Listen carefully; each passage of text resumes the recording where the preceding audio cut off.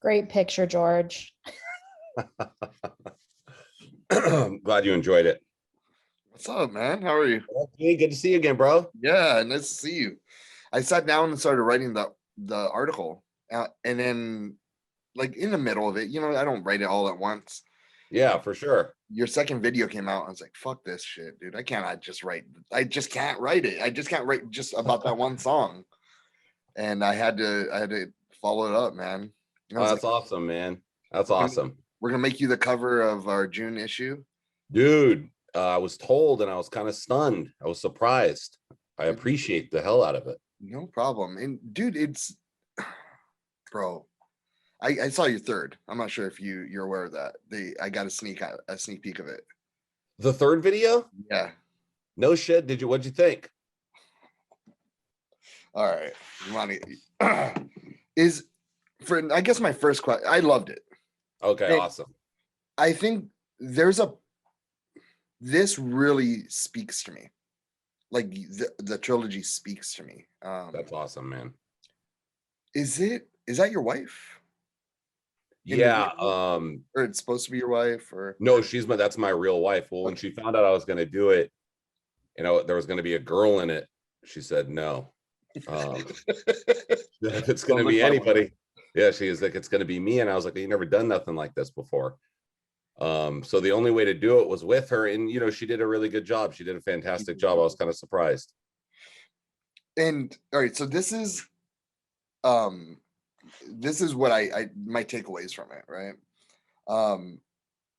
The effect your childhood has on you as a man and how you deal with shit. Yes, that's the first thing that came to my head. And the other thing is, like, I don't realize all the shit I make my wife put up with because of my past, because of my childhood. Yeah, I mean, dude, unfortunately, obviously your wives are usually typically the closest people to you. Mm-hmm. There's a reason they say you hurt the people closest to you, because they're the most vulnerable and they see your vulnerabilities more than anybody else. And like if you're walking down the street or you're talking to people, we always have our social tonality to put out a front, how we act in public or how we act to someone we don't know that well, or even to our friends. But your wives usually, or your children, or the people you're closest to usually see the raw you. And if you're with them for long enough, there's no hiding who we really are and stuff like that. And I think that's what makes the marriage so special, isn't that you love all the qualities about one another, but that about all the faults and you still love them regardless, or can care for them regardless, because everybody else, no one else really knows except for them. Yeah. And maybe a shrink or two. Because that shit, I watched it and I cried. Oh man. Like you got me in the first one, I teared up, and we'll get into the second one. But with this one, because I realized all my bullshit that I make her put up with. And it's before I even realized I had shit. Yeah. Well, dude, to be honest with you, the fact that you even realize that means you're ahead of most people. Most people, I think it's human nature. It's very easy, to criticize other people's behaviors or other people. And the reality is that if you want to criticize, the person in the mirror will certainly keep you busy for your whole life. You will never have to look outward to criticize anyone, because that's how deep these wells usually go.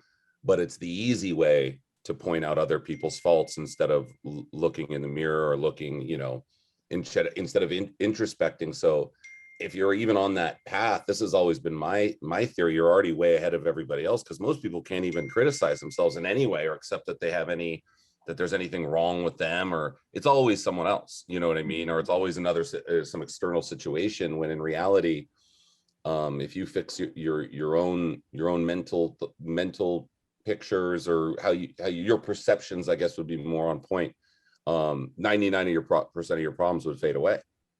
But that's too hard for people to do. When did you realize, like, all right, I'm flawed, like it's time to throw it in, I don't have the answers to everything? I think when I had my first kid, because that's kind of, one of the beautiful things about having kids and stuff, I think it's the only time a person, and this goes for even your significant other, it's the only time you actually ever love somebody more than you can love yourself. Everybody else, until that point, you're always driven by that self dynamic, because that's just, it's human nature. This is like primal instinct. So, you know, that's how you think. And then all of a sudden you have a kid, and you're thrust into this position where you care about something more than yourself. And that's tough to deal with. A lot of people run from it because it's hard to deal with. But when that happened was when I really had to start looking at my, because I was, you know, I was doing drugs. I was doing a lot of shit I shouldn't have done. And then all of a sudden I have a kid, and I'll confess, I continued to do drugs and stuff even after that. But I started to wrestle with guilt before. I just didn't care. And then all of a sudden, you know, the stuff I was involved in, the stuff I was doing, it started to make me have doubts, and they were pretty grim. And so when you're forced to look at yourself to improve, even if it's for someone else, which is the situation, that was kind of when I really was like, I have to figure this out, because making myself suffer is one thing, but making my kids suffer was unquestionably not, that was out of the question. So I started going, you know, maybe everybody else isn't the problem. At what point did you, like, was there a rock bottom for you? Or was it just, all right, I need to change, and thank goodness I still have most of life intact? No, you know, about 5 years after she was born is when things got really bad. I kept going. You know, I was in a position, we were on the road 8 months of the year. So Yeah. a lot of it wasn't reality. So when I was home, I was one person, but when I was gone, I was another. And I just lived in two different worlds altogether. And when we're on the road, you know, the whole thing, it was just you know, it wasn't good. It wasn't healthy. But at one point, they finally packed up and left. They couldn't deal with it anymore. And so they left, and I knew it was real, because there's always the threat, but when you know it's real. So that was, for me, was that point where it wasn't only just facing the reality of what was going on with them, my own band. They didn't want me in the band anymore. They didn't want me around. They didn't like want to kick me out of it. They didn't want to be, no one wanted to be around me, because I was a mess. It was that nasty.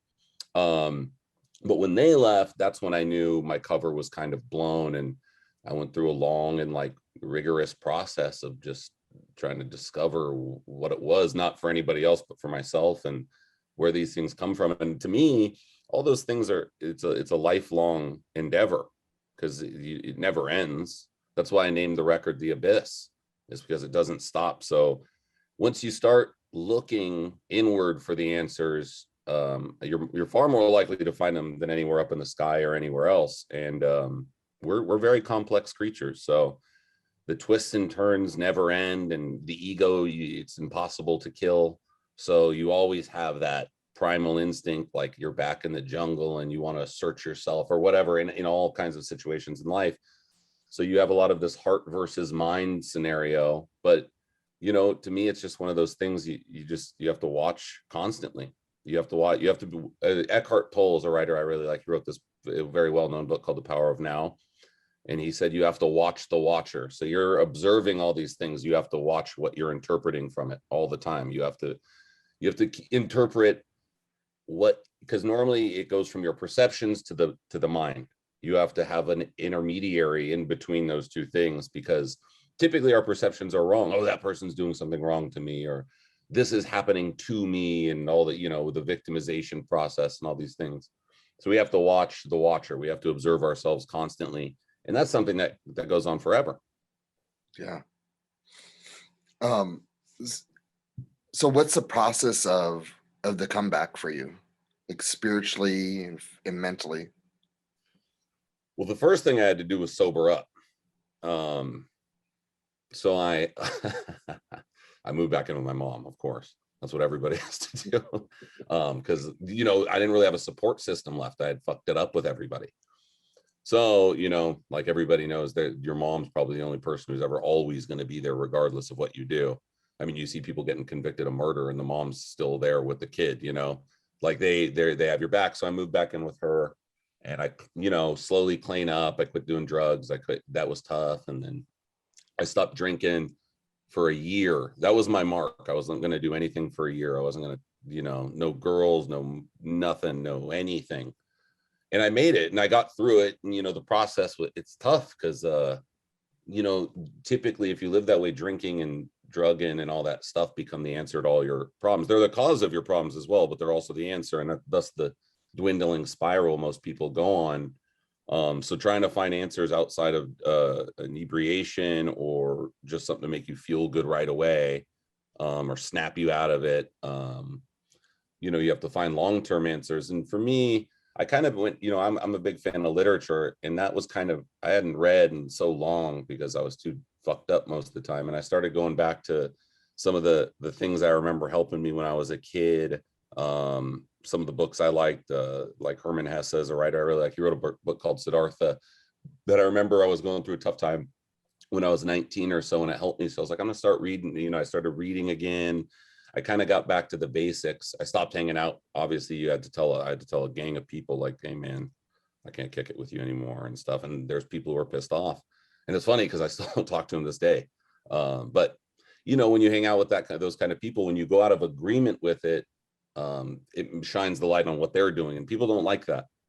Yeah. They don't want to, because then they're forced to look at themselves. If you find a fault with it, they're going to go, well, then there might be something wrong with me. I can't hang out with someone that thinks there's something up with this, because you have to go into this mob mentality to get away with this kind of shit. So you surround yourself with people who do the like things. And you're dealing with the breakup and heartache as well, with the child. Dude, that was what was so tough is, it was probably my emotional low, and I had to go through it sober. That's a tough thing, man. Yeah, dude, and it was all self-inflicted too. So you typically you want to lash out at other people and say this is someone else's fault, or this is because of this, but I knew that this was no one's fault, and all the suffering I had earned it.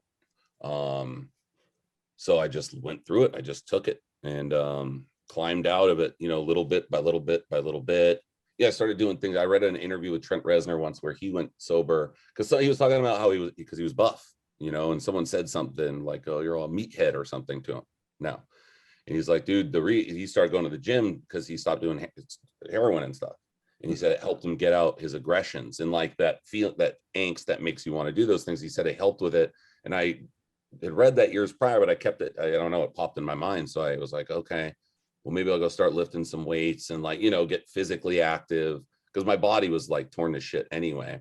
So, you pull yourself up physically and then mentally step by step. And typically the soul follows those two things, because you're really just victimizing it when you abuse the mind or the body. So slowly I kind of climbed out of it and got my life on track. I had to do the whole thing with even the guys in the band and say apologize and try and make up the damage that I'd caused for them personally, because I caused plenty. And you have to go, it's almost like one of those AA steps. I didn't do that, but I know that's one of them. Mm-hmm. So yeah, I kind of went through that process with everybody I knew and just slowly but surely climbed out of the hole. Going back to the first video, and it puts into a little more perspective for me as a consumer. I've been through a divorce before with a child, and the worst day of my life is the day they left. Yeah. Like absolutely. Even to this day, like I know I don't get along with her, and maybe necessarily wasn't my fault, but it was the worst day of my life. Yeah. I remember I was upstairs and I heard the door shut, like boom. Yeah. And I sobbed. Yeah. Like uncontrollably sobbed, to the point where I couldn't breathe and I thought I was going to die. I didn't want to live. Like everything that I've known about love was gone. Yeah. And it's so remarkable. It really, this is what reminded me of it. That video, now seeing all three of them. And that's what put me in that spot. Now looking back on that, was that the day? Like the video, was that reminiscent of that day, or is it just your entire childhood? The second video was the first video. The first video was kind of my reflection on what brought me to that point. Okay. How I ended up in that position. In the first place. The first video was all the thing, we're molded as, you know, you kids are like sponges and stuff. And I think and they use the subconscious mind a lot more than the conscious mind because their minds aren't fully developed yet. So everything's feeling. And you're absorbing so much. And, you know, that's why it's so sad to me that, you know, people have kids and they treat that situation irresponsibly, because the damage you do lasts forever in those scenarios. So I was looking at all the things that had brought me to the point when they left. And that was the first video. The second video was when they left. Okay. And So that's what that yeah, was. yeah, that was my, you know, internal reaction, I guess, to it. And then, you know, the third video is kind of the aftermath of where it all ends up, you know. Obviously I'm not. The second video I saw, it was all loving, right? It's self-love. Like you did it to yourself, but it's okay. You can, Yeah. it's you telling you that you love you. And that it's all, you know, it's funny because we dole out forgiveness to others much more readily than we do to ourselves. You know, or the way we even speak about ourselves to ourselves. I would never say those things to another. I would never want to hurt someone like that. Say, you know, how cruel the internal dialogue can get. I would never direct outward. And it's amazing. Our capacity to hurt ourselves is so much greater than our capacity to hurt others. So, you know, at some point, people are typically much harder on themselves. You have to go, dude, you know, we're all fucking human beings. We're all flawed. And, you know, I think like real love, you know, not the storybook stuff, and not is our capacity, you know, you're going to be given reasons throughout life to hate yourself, to hate the world, to hate other people. But real love or true love is, or I guess the true sign of greatness in a human being is their capability to love irregardless of being given every reason to do the opposite. You know what I mean? Because that's what life will do. It'll throw so many reasons for you to give up, or to on yourself, on other people, or on the whole notion of being alive itself. And you see that now, especially with young people. But real greatness is when all those things come along and you still find a way to love outward regardless of it. And it seems like this story hasn't been told as much, and if it does, it's super watered down. Everything that you have went through in the 3 videos, what happens when you're a kid, and how bad, well, I wrote something down about it, that the effect of your childhood has on you as a man and how you deal with shit. And then it goes into the actual effect of your childhood in adult situations. Yes. And then it also talks about, you know, self-love. And then the coup de grace is how great some wives are. And the truth is, in that video, the person doesn't realize it till it's too late, which is usually the scenario. In the third video, it's over, and neither one of them, I guess, realized it until it was too late. And it's because I didn't want to end the videos on a false pretense. And typically these things usually don't work out. You know, it doesn't usually work out that way, and these people typically don't end up together. I remember my dad told me something a long time ago that always stuck with me, is because he's a miserable person. He said, you know, when you were young, I was having, or when we were, you know, when my parents were still married, or like whatever, he looked back and he was like, I was having so much fun, but I didn't realize until it was over. And that's typically what life is about, is, you know, we consume ourselves with all numerous things that don't matter at all, whether it's materialism or, you know, the whatever worry of the day it is, and all around you are the things you're supposed to be appreciating going by. And oftentimes when you're old, or when you're past that point of redemption, you look back and you go, shit, man, I missed the whole show. And that's typically how those things end. And I didn't want to like pull any punches in the last video and make it seem like everything works out all right, because they don't. just wanted an honest, I Mhm. wanted to be honest. As an artist and as a human being, I fucking love you. Oh, I Like love you too, you bro. really fucking slap some sense into me. Um, I've dealt with a lot of my shit, but still, there's still shit I'm dealing with, you know. Always. And there's ups and downs of the peaks and valleys of the shit. And I think real men need to know this story. And for you to put this out like this, it, I hope it's well received with everybody. And I don't know how to explain it. It's just beautiful, bro. Man, I appreciate it, dude. To be honest with you, even talking to you and seeing that you get it and you appreciate it, that makes me happy as can be. Because I know it's cliche, but oh, if it helps one person or gets through one person, but you know, the videos aren't big videos. I don't have a big budget. You know, it's just my art, and I just wanted to put it out. But you know, I talk to fans and people who like the music, and they say the same thing, that helped them through it. And I don't care if it's a hit or that, you know, any of these other things. Yeah. If it helps get some people through the day or helps them to look at themselves and go, man, I feel the same way, or this communicates, that's enough for me. That's why I make music. That's why I started anyway. And I know music, as time goes on, it always becomes a grift like everything else, because it becomes a business and you're involved with people who aren't artists. You're involved with lawyers and stuff like that.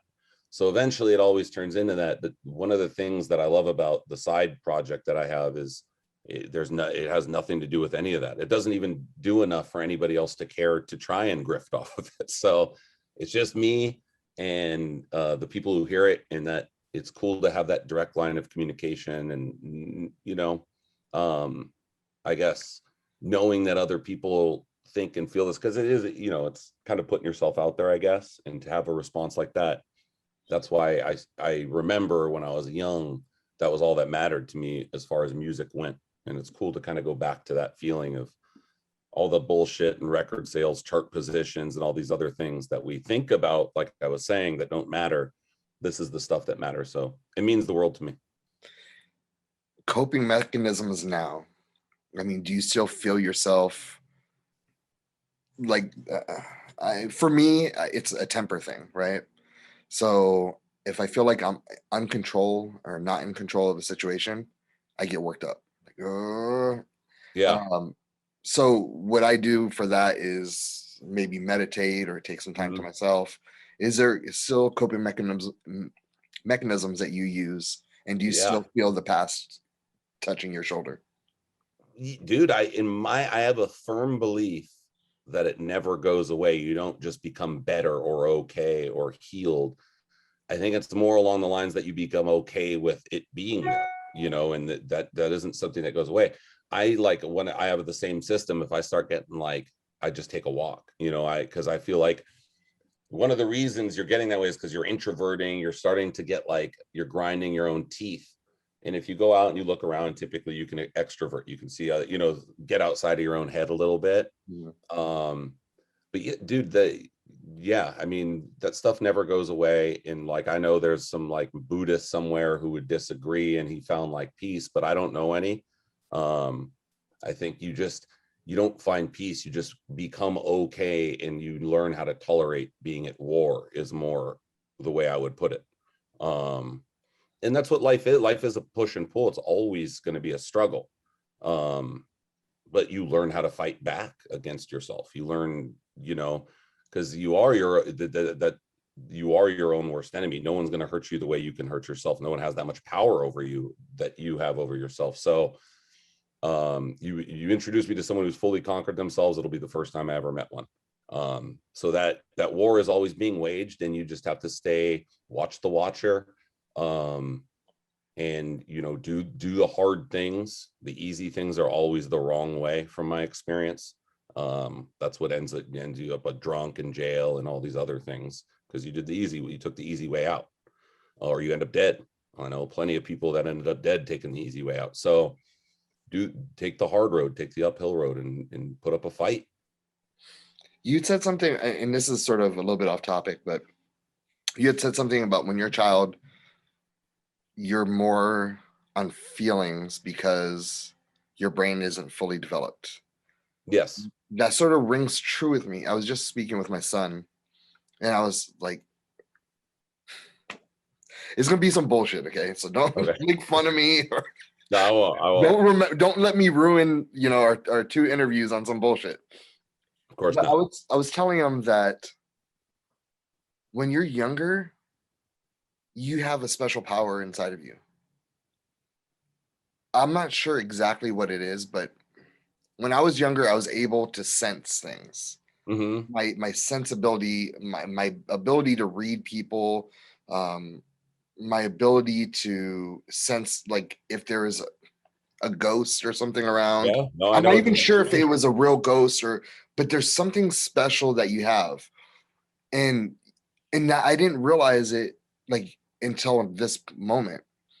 Is there a possibility for us to go back to feeling?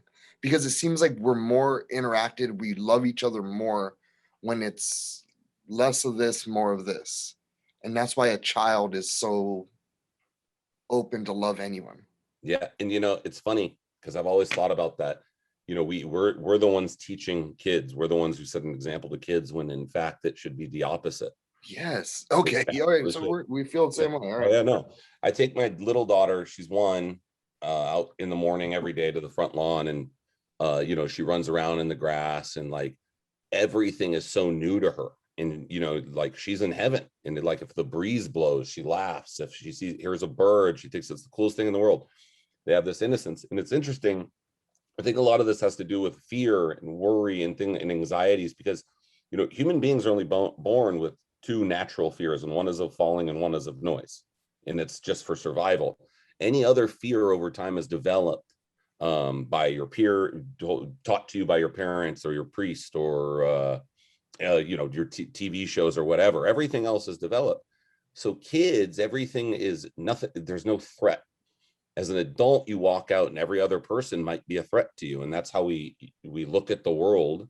um and I'm not saying a direct threat like they're going to pop you or something, but everybody, look, there's a pie and everybody wants a piece of it, and if someone else is getting a piece, that means your piece is smaller. It's the ego. And this is like what we develop into as adults: jealousy and all these different things. They haven't occurred to a kid yet. They don't understand that stuff. So all our imperfections haven't developed in them. And the mind, as the analytical mind develops, it silences more and more the subconscious voice, or your ability to just feel without thinking. And that's why kids eventually typically become corrupt adults like ourselves. Sadly. I miss But that yeah. part. Huh? I miss that in myself. Dude, I think a life worth living and like a worthy journey would be just trying to get back there. um you look around, most people are trying to accumulate a few things, and typically money, possessions, all these things, and we all know they go nowhere. And once you go into the dirt or wherever you're going to go, those things don't go with you. They're all just status symbols. They're to impress people you'll never meet. And even if you knew them and you have to impress them, then you probably shouldn't know them anyway.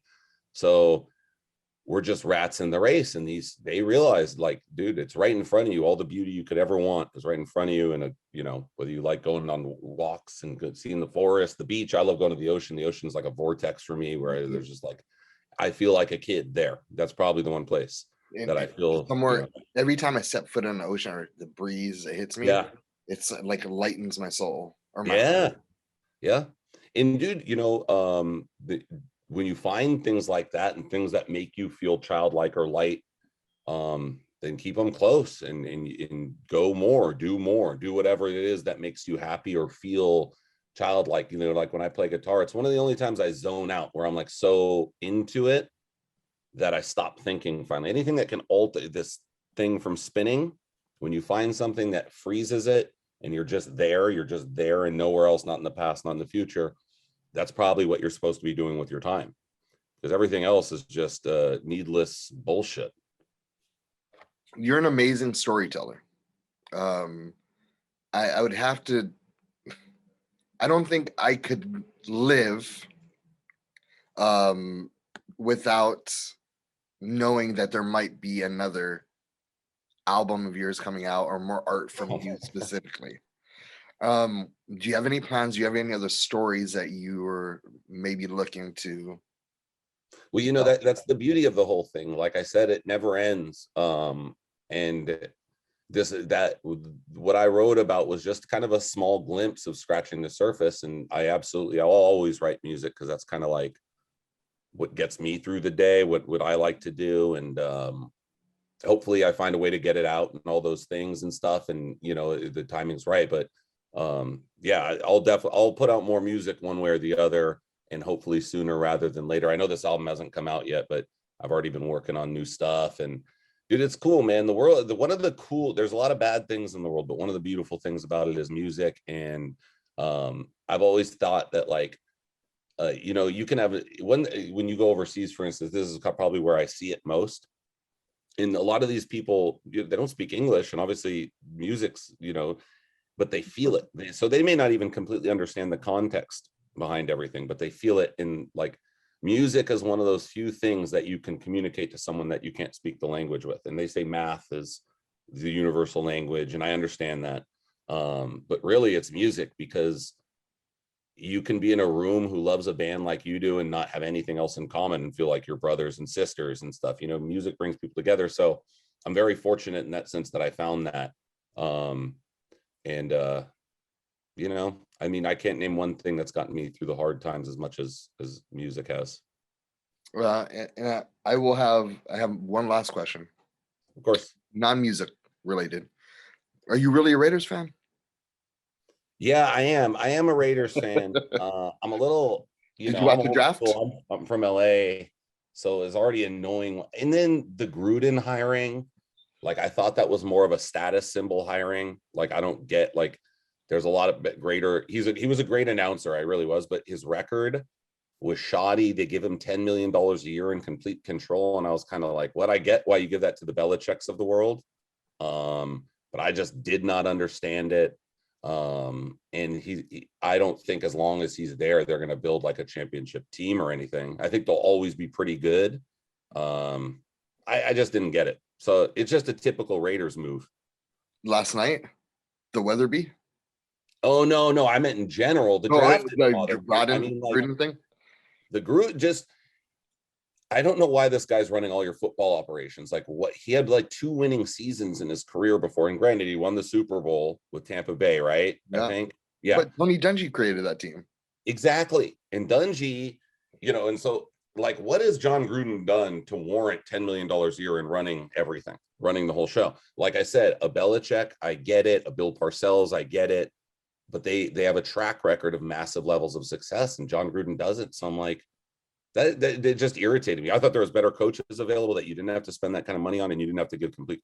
You keep the GM and the coach separate for a reason. Yes. Like, they're and whenever they don't, they typically fuck up. I'm not saying all the time, because I know, like, Belichick runs all their hiring process, but Belichick is a unique football mind, or a unique guy to begin with. I didn't get it, but the Davis family they're a confused bunch. Yeah. Well, we're actually going to Vegas this weekend, so I'll think about you when I walk in front of that stadium. Oh, dude, are you gonna party? Nah, I'm going with my kids. Oh, okay. We're doing fun, like, family shit. No, that's cool, dude. Vegas has a lot of shit that outside of partying that people don't know about. Oh There's yeah, a lot of fun stuff to do there. we're doing the Saw escape room. We're Mm. doing the what else? Serial killers, which is Oh, cool. like it's a store that's just full of cereal. Yeah. No, I Uh, heard about that place. My buddy lives there. He told me something about it. yeah, it's pretty fun. Area Oh 15, yeah. we got tickets there. Oh, hell yeah. So it's one of those, let's make some memories. It's time for Dude, me and to make I'll up tell you for some bullshit. a quick story to touch on that. And obviously it does it just to, so so my neighbor, his name is Brian, and his wife is Whitney, and she's 34, and she got stage 4 breast cancer like last year, right around the beginning of COVID. And they thought she was going to die, and all. It was bad. It was really bad. She was emaciated. She lost all her hair, all this. She went through hell. And to brighten everything up real quick, she got better. And I was just talking to her the other day, or talking to her husband the other day. and she's healthy, she's fine. She was in the hospital, she had to do the chemo thing, she had to do it alone because her husband couldn't be there because the COVID rules. It was terrible. So I was talking to him, I was like, what's changed for you guys? And he said, dude, we're just doing everything we ever talked about doing. No more, oh, let's save some money, or no, it doesn't work with my work schedule. He's like, fuck work, fuck all that stuff. And all that to me was like, damn, that needs to be the yardstick, because I'm always putting things off because I have to do this or do that. And a lot of the times it's with my kids or my wife and stuff. So I'm happy that you're going to Vegas and making the memories, because that matters much more than any of the alternatives. We just had that same thing, that same conversation with the family. And we're going to, like, I'm a fuck work now, fuck the magazine, fuck everything. Like, my whole life has been this.